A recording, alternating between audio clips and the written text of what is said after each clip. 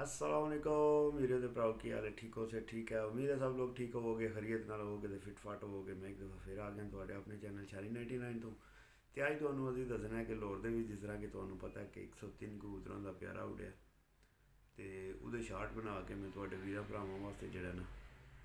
ਉਹ ਲਾਣਾ ਤੇ ਲਾ ਕੇ ਤੁਸੀਂ ਜਿਹੜਾ ਨਾ ਉਹ ਤੱਕਿਓ खिज़ां के गिरते पत्तों को फ़कीर मत समझ खिज़ां के गिरते हुए पत्तों को फ़कीर मत समझना क्योंकि इन्हीं पत्तों के गिरने से बाहर आती है। नाल तो को वीडियो चंगी लगी तो चैनल को ज़्यादा से ज़्यादा सब्सक्राइब करना लाइक शेयर करना।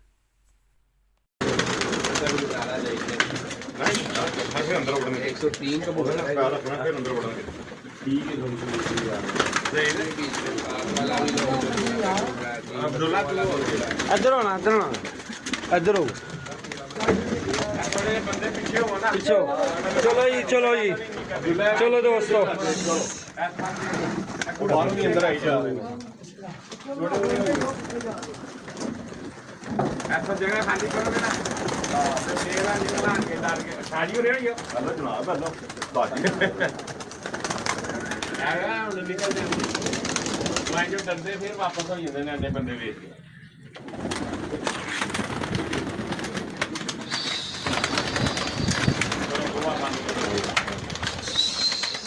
चलो वो पहले ऊपर कर लो चलो अंदर फिर अब आया चल के लीली ਨੂੰ ਵਿਖਾ ਲਾਂਗੇ ਨਾ ਲੀਲੀ ਭਾਈ ਇਹ ਤੁਹਾਨੂੰ ਜੜਾ ਨਾ ਖੁੱਦੇ ਦਿਖਾ ਲਾਂਗੇ ਨਾ ਅੰਦਰ ਆ ਬਿੰਨੇ ਨਹੀਂ ਬਿਲਕੁਲ ਸਹੀ ਕਹਿ ਰਹੇ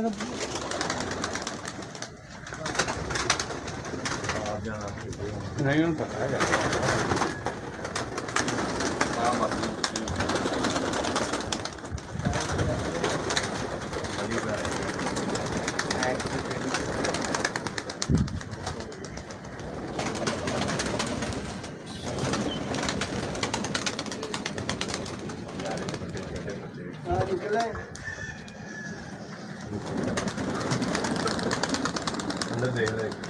अंदर देख लो पहले एक बार देख लो बत्ती बाल लेना बत्ती बाल के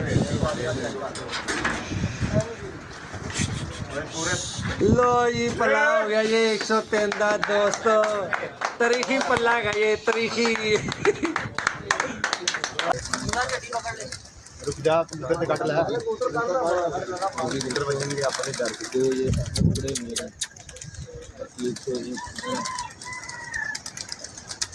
ये साइड ये करना हुआ है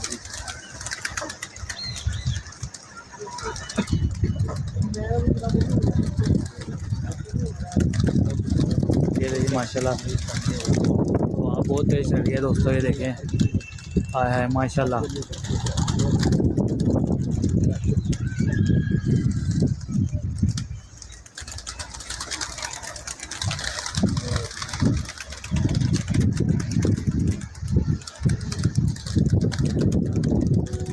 ये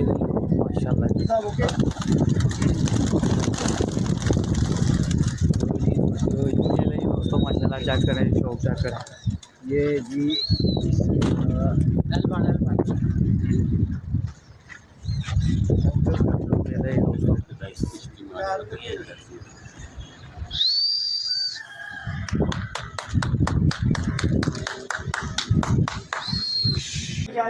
चलो जी यार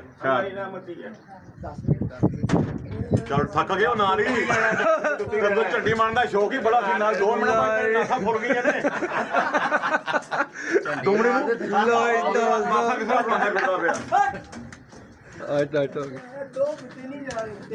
पिया ਸਾਜੀ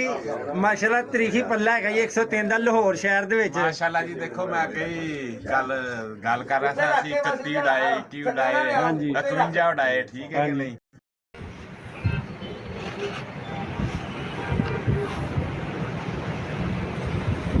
10:46